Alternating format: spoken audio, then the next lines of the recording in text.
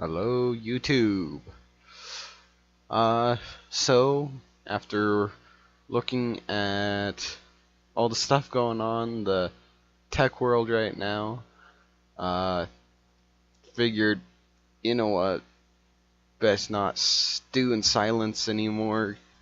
Get out there, say something. Uh, all these articles floating around. Uh, uh, Windows dropping support for XP. Uh, Apple giving away free upgrades for their operating system, uh, uh, all kinds of stuff going on. And from the looks of it, uh, it's just opening a big, big door for Linux distributions to jump in and say, hey, over here. Uh, but what really gets me is all the articles floating around saying, oh, you don't want to go with Linux, it could be better. And then they compare it to the, lower end Linux distributions. Like, I was reading an article on Tech Republic, and honestly, he sounds like a complete Linux noob. Uh, he goes on. He's talking about how you shouldn't put Linux on your XP computer, and I'm thinking, okay, maybe he's gonna say something about hardware or something like that. No, he goes on about how Linux could be better, and then he compares XP to Puppy Linux. Don't get me wrong, Puppy Linux is great if your computer fails and you need something to recover. Okay, but for everyday use, Puppy Linux is a poor choice to compare to. Yeah, there's so many other Linux-based operating systems out there that is so much better for daily use. There's Fedora, there's Ubuntu, there's Linux Mint. Linux Mint's supposed to be really good for people who's actually switching over from Windows. Uh, I haven't gotten around to trying it yet. I should try it here pretty soon, but yeah, there's even Debian would be a good matchup for XP, and Debian's not really for your regular users. It's more of a base system to build onto. But even that stacks up closer to XP than Puppy Linux does. I mean, yeah. One of my favorites, Linux Deepin. Very, it's based on the newer versions of Ubuntu, but uses a GNOME-based shell. It's highly customized. So you have the full screen menus and all that stuff that you have in the newer versions of Ubuntu, but the bars on the bottom and just a bunch of different stuff. And I like it. It's not quite as customizable. as some of the other systems, but I like it. Uh, but here's one of the biggest things that get me, okay?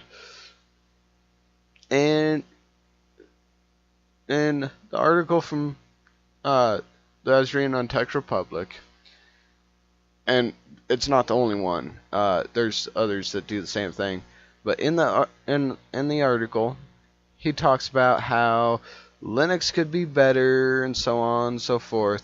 And then he says that the Linux community shouldn't be bashing on Ubuntu for using the Unity system and the Xmirror and doing the Xmirror and all that stuff, because we're all afraid of change, and we should see that change could be good for us and all this stuff.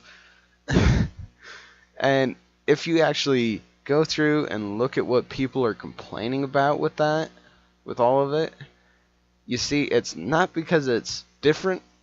It's not because, oh, they're changing the way we do stuff. It's because of a number of other reasons. One of the biggest ones that I see with the Unity engine is, it's not very customizable. I mean, I've worked with it for quite a while. Uh, I've I've configured my system the way pretty much the way I want it. There's little things that I wish I could change that I just can't. But so yeah, there's that. I don't like it as much as the older versions of Ubuntu, like 10.04, 9.04, where you could make as many bars as you wanted and place them anywhere you want and just customize the hell out of it. I like that, but the Unity engine, it's hard to get around. You have to install extra programs to get to uh,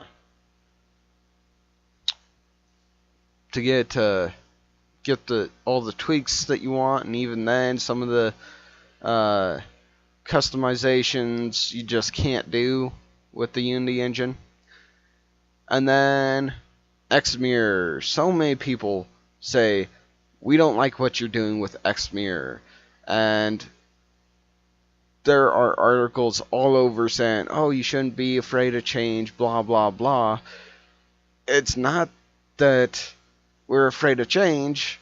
It's that when it comes to Xmirror, Canonical is not following the open source idealism.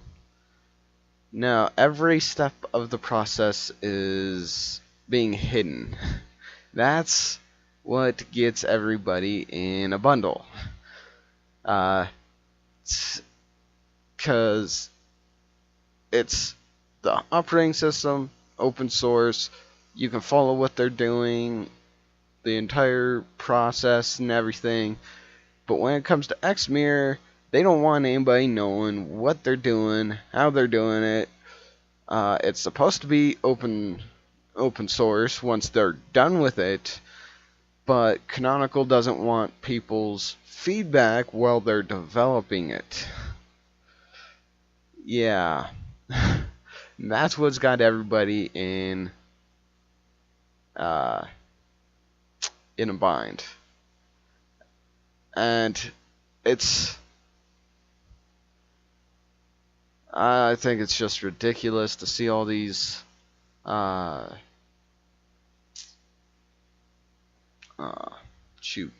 articles.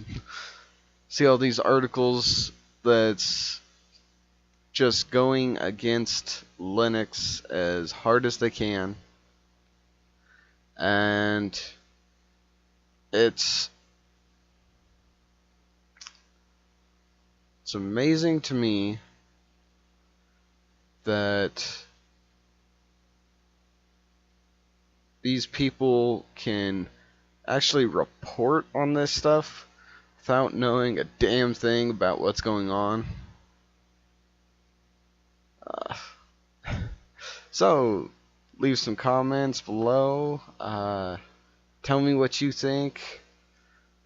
Who's going to be the top dog in the next 2 years? And, operating systems and all that.